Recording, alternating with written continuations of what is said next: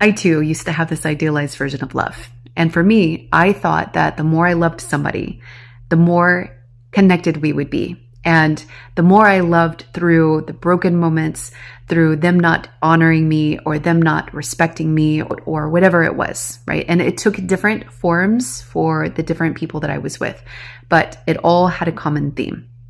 And there was usually some sort of addiction, there was some sort of corn addiction, some sort of avoidance, some sort of inability to be fully emotionally present because, I was also struggling with being fully emotionally available. But back then, I thought that the more I gave, the more I opened myself up, the more I said yes, and the more I went to couples counseling, the more I talked, the more I did the right things that I was supposed to do, not understanding about attachment styles and healthy love versus toxic love. It seems like, on the surface, it seems like that's an ideal relationship. And then you start to do the healing work and you start to realize that maybe there's another model of love.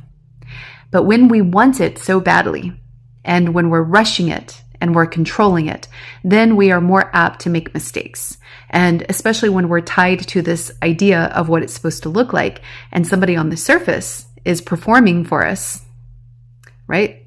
They're performing. And there's a big difference in your heart and in your body.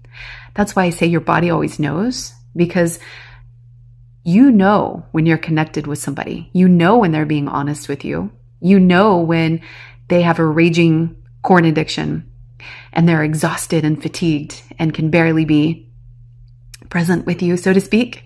You know that. Those little whispers.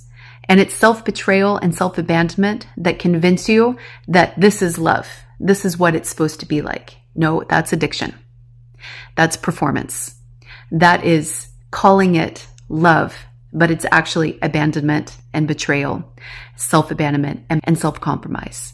And when you really heal, speaking from somebody who's done that work, and I mean years of work, and now I help other people do that work to get to the highest pinnacles of love, because it exists and it's beautiful. And once you get there, you realize wow, what I was agreeing to is absolutely unacceptable. But when you're there in those moments, you don't know that because you haven't had that contrast experience.